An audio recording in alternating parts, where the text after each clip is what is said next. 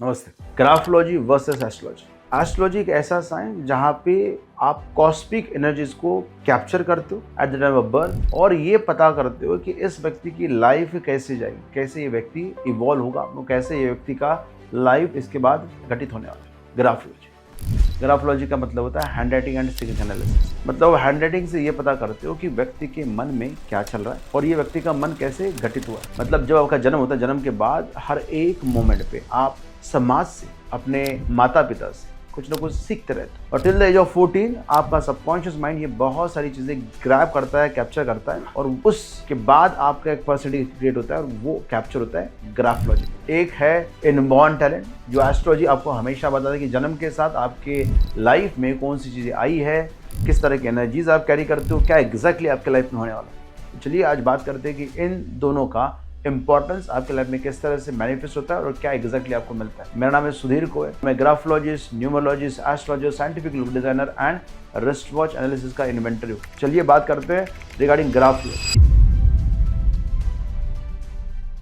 Graphology एक ऐसा science है जहां पे हम माइंडसेट को समझते हैं आपके हैंडराइटिंग से। आपकी हैंडराइटिंग आपके माइंड का ही प्रतीक होती है। जो भी विचार आप करते हो वो विचार आपके मन में आता है और मन से आपके मस्तिष्क में आता है, मस्तिष्क से आपके हाथों में आता है, हाथों से आपकी उंगलियों में आता है, फिर आपकी उंगलियां पेपर पे मूव होती है। इसी वजह से हमको ये पता चलता है कि आपके माइंड में कौन सा थॉट आया, किस तरह से आपने विचार किया और क्या एग्जैक्टली आप सोचते हो। अब ये सोच आपकी कभी भी खुद की नहीं होती। आप जितनी भी चीजें सोचते हो वो इन्फ्लुएंस होती है आपके सराउंडिंग से, आपके अपब्रिंगिंग से और यही ग्राफोलॉजी बताता है, वो होता है आपका इनबॉर्न टैलेंट। जब हम एस्ट्रोलॉजी की बात करें तो astrology is a science of cosmic energy. जब आपका जन्म होता है, जन्म के समय पे आपके इर्द गिर्द प्लैनेट की पोजीशन कैसे थी, किस घर में कौन सा प्लैनेट है, किस हाउस के अलावा किस राशि में कौन सा प्लैनेट है, उस हिसाब से आपकी व्यक्तित्व या आपकी पर्सनैलिटी डिफाइन होती है। तो चलिए समझते हैं कि इन दोनों का आपके लाइफ में असर क्या होता है। अगर मैं एस्ट्रोलॉजी के माध्यम से आपको ग्राफोलॉजी सिखाना चाहूँ तो एस्ट्रोलॉजी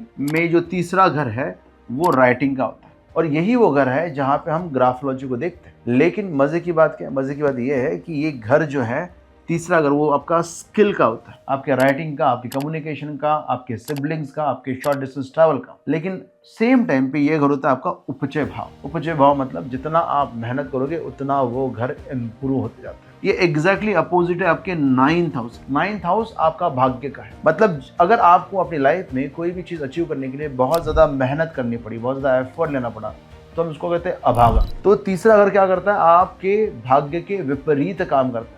लेकिन आप जितना ज्यादा मेहनत तीसरे घर पे करते जाओगे उतना वो भाग्य भी इम्प्रूव करते जाता है और आपका भाग्य आपके कंट्रोल में आना चालू हो जाता है, क्योंकि 9th का एग्जैक्टली अपोजिट तीसरा घर। इसका मतलब है जितना आप अपनी राइटिंग पे काम करोगे, जितना आप अपने स्किल पे काम करोगे, जितना अपने कम्युनिकेशन पे काम करोगे, उतना आपके लाइफ में भाग्य सपोर्टिव हो जाएगा और आपके हिसाब से चलना चालू कर देगा। इसलिए कई सारे लोग कहते हैं कि अगर आपको लग रहा है कि आप उतना ग्रो नहीं कर रहे हो जितना आपने करना चाहिए तो वर्क ऑन योर स्किल्स, क्योंकि स्किल्स आपको हमेशा किसी न किसी तकलीफ में से बाहर निकालने के लिए मदद करें। तो ये तीसरा जो घर है यही घर उपचय भाव है। तो यहाँ पे जब आप मेहनत करोगे, मतलब ग्राफोलॉजी से आप राइटिंग बदलोगे तो आपका लक ऑटोमेटिकली बदल जाएगा, आपकी लाइफ आपकी बदल जाएगी। ये घर आपके सबकॉन्शियस माइंड का भी है। मतलब इस घर में जो भी चीज़ें आप डालने वाले हो वो सभी चीज़ें आपके सबकॉन्शियस माइंड पे इन्फ्लुएंस करेगी। इसका मतलब आपका राइटिंग जो है आपके सबकॉन्शियस माइंड को इन्फ्लुएंस करता है और राइटिंग बदलने से आपका सबकॉन्शियस माइंड भी बदलता है। कहने का तात्पर्य कि ग्राफोलॉजी और एस्ट्रोलॉजी एक दूसरे के साथ साथ चलते हैं। बट देखिए, अगर आप समझो आप लियो लग्न के व्यक्ति हो, मतलब आपके अंदर ऑलरेडी इनिशिएटिव टेकिंग कैपेबिलिटी है, फाइटिंग स्पिरिट है, आप एक राजा की तरह काम कर सकते हो, आप राज्य चला सकते हो।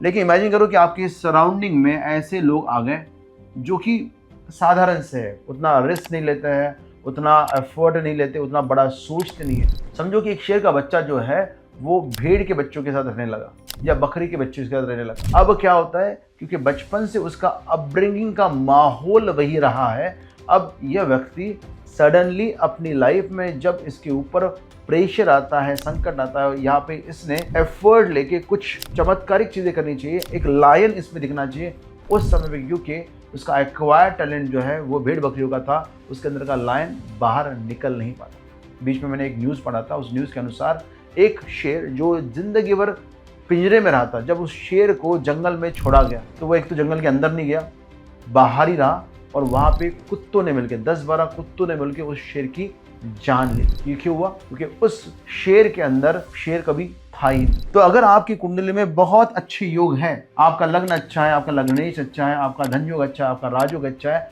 लेकिन अगर आपका ग्राफोलॉजी के माध्यम से जो एक्वायर्ड टैलेंट है वो अच्छा नहीं है, मतलब लियो लग्न के व्यक्ति ने अगर बड़ा सिग्नेचर नहीं किया तो इस व्यक्ति का जो रिजल्ट है वो लियो लग्न का रिजल्ट नहीं मिलेगा। अगर आपका कर्क लग्न है, कर्क लग्न के व्यक्ति ने अगर सिग्नेचर में इमोशंस नहीं रखे, उसने ऐसा कोई सिग्नेचर कर दिया जहां पे वो बहुत ड्राई व्यवहार करता है, तो इसका जो इनबॉर्न टैलेंट है और जो एक्वायर्ड टैलेंट है उसमें काफी ज्यादा फ्रिक्शन, और इस फ्रिक्शन के कारण ये हमेशा लाइफ में स्ट्रगल करें। इसीलिए अगर आप अपनी लाइफ में बहुत बड़ा अचीव करना चाहते हो, बहुत पैसा कमाना चाहते हो, रिलेशनशिप को बेहतर करना चाहते हो, हेल्थ को बेहतर करना चाहते हो, तो आपको आपका जो इनबॉर्न टैलेंट है और जो आपका एक्वायर्ड टैलेंट, इन दोनों को अलाइन करना पड़ेगा। जितना आप अपने इनबॉर्न टैलेंट को अपने एक्वायर्ड टैलेंट के साथ अलाइन करोगे, उतना आपका ग्रोथ बहुत फास्ट और उसी दिशा में होगा जैसे आपकी कुंडली का है। तो it is not graphology versus astrology, it is graphology and astrology, क्योंकि इन दोनों का एक साथ मिश्रण करके जब आप कोई काम करोगे तो उसका सक्सेस रेशो